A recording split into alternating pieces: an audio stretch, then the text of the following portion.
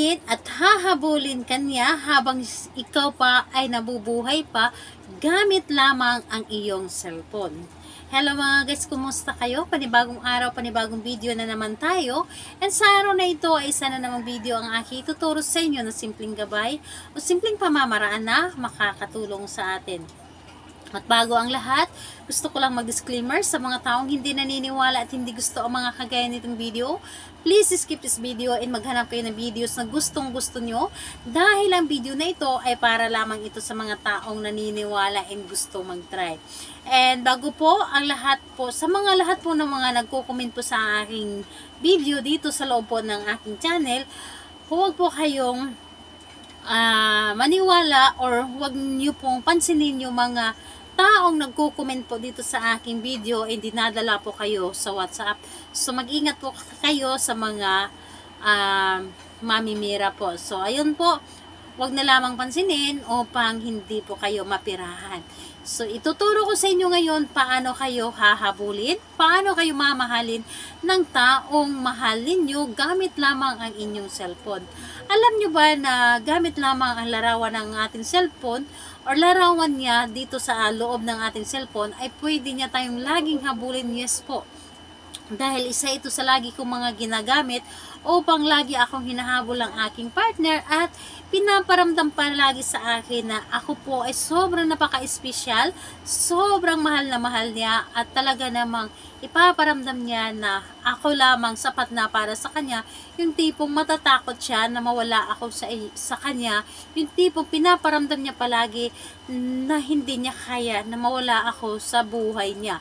Kaya naman ituturo ko sa inyo ngayon kung paano ito gagawin and pwedeng-pwede itong gawin sa parehas ang kasarian, babae ito babae and lalaki ito lalaki. Syempre sa ating babae at lalaki na magkarelasyon and pwedeng-pwede din ito sa kahit na hindi pa magkarelasyon or sa magkarelasyon na naglalamig na, pwede po ninyong ibalik gamit lamang ang ituturo ko sa inyo ngayon.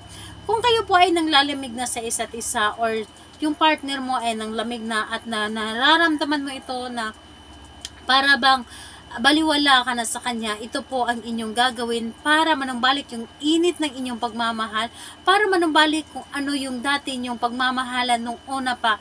So huwag ninyong hayaan na masira ito ng tuluyan kapag ganyan na po ang mangyayari. Kailangan meron tayong laging solusyon ng ating gagawin at kailangan din po kung tayo man ay merong pagkakamali, dapat marunong din tayo magpakumbaba at kailangan na marunong din tayo na umintindi sa ating mga partner kapag ganun po ang mangyayari. Kausapin ng maayos at gawan ng ritual. Pwedeng-pwede din itong gawin kahit na kayo po ay magkalapit at magka-LDR.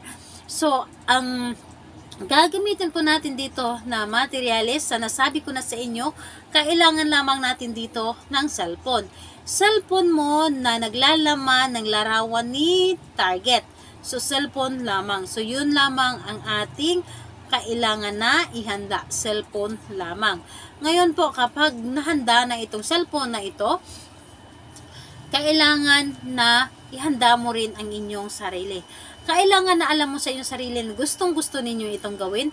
Kailangan na naniniwala kayo at kailangan na mag-isa lamang kayong gumawa nito. At kung ikaw po ay may kaunting pagdududa sa ritual, kailangan po na huwag nyo muna itong gawin at saka mo na lamang itong gawin or babalikan mo na lamang ito kapag alam mo na sa inyong sarili na naniniwala ka na at alam mo sa inyong sarili na makakatulong ito sa inyong relasyon. I-save mo po ang inyong relasyon. Huwag ninyong hayaan na mawasak.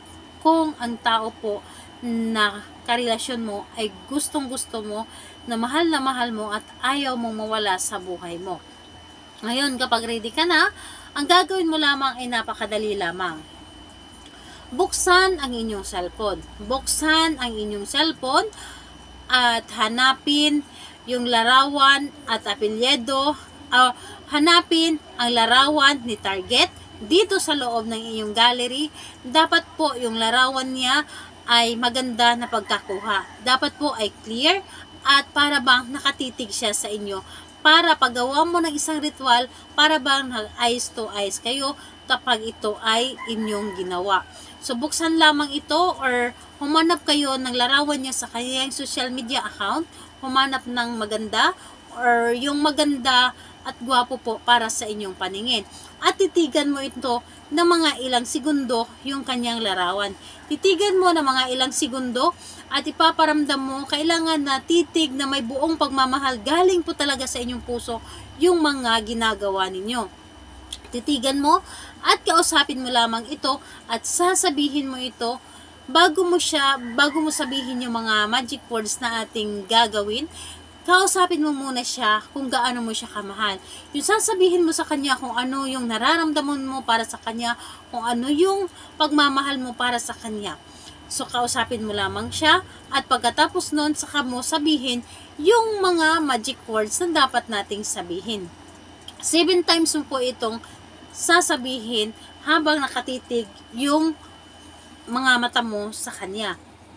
Dapat po hindi maalis yung mga mata mo sa kanyang larawan.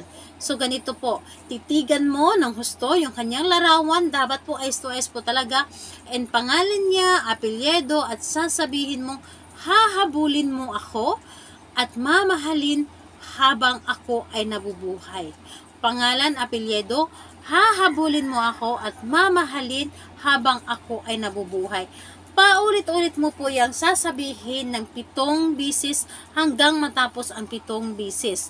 Ngayon, kapag natapos mo nang sabihin ng 7 bisis yung mga magic words na ating mga sinasabi, kailangan po ay iyo itong halikan ng 3 bisis.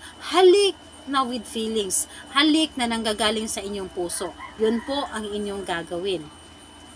Pagkatapos nun ay matulog ka na.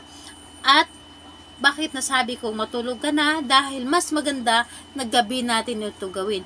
Dahil sa gabi kapag tahimik na ang ating paligid, mas mabilis tayo mapapakinggan ng universe, mas mabilis na makikinig or mas mabilis itong gumana or mararamdaman ng ating target yung ating ginawa. Dahil tinutulungan tayo ng universe para tuparin yung ating mga ginagawa at wala itong hadlang. So dahil po ako ay ginagawa ko gabi po talaga. Dahil para sa akin, mas mabilis gumana kapag gabi, kapag tahimik na ang paligid. Kahit anong oras, pwedeng mo itong gawin. Pero kung wala kang time sa gabi, pwedeng sa araw, pwedeng sa umaga, pwedeng sa tanghali, hapon. Pwedeng nyo po itong gawin. Kung ano yung nasa puso ninyo at ano yung free time ninyo sa paggawa ng ganitong mga ritual. At kung may mga katanungan kayo, mag-comment lamang sa baba upang ma-replyan ko po kayo. Bye-bye everyone. God bless us all.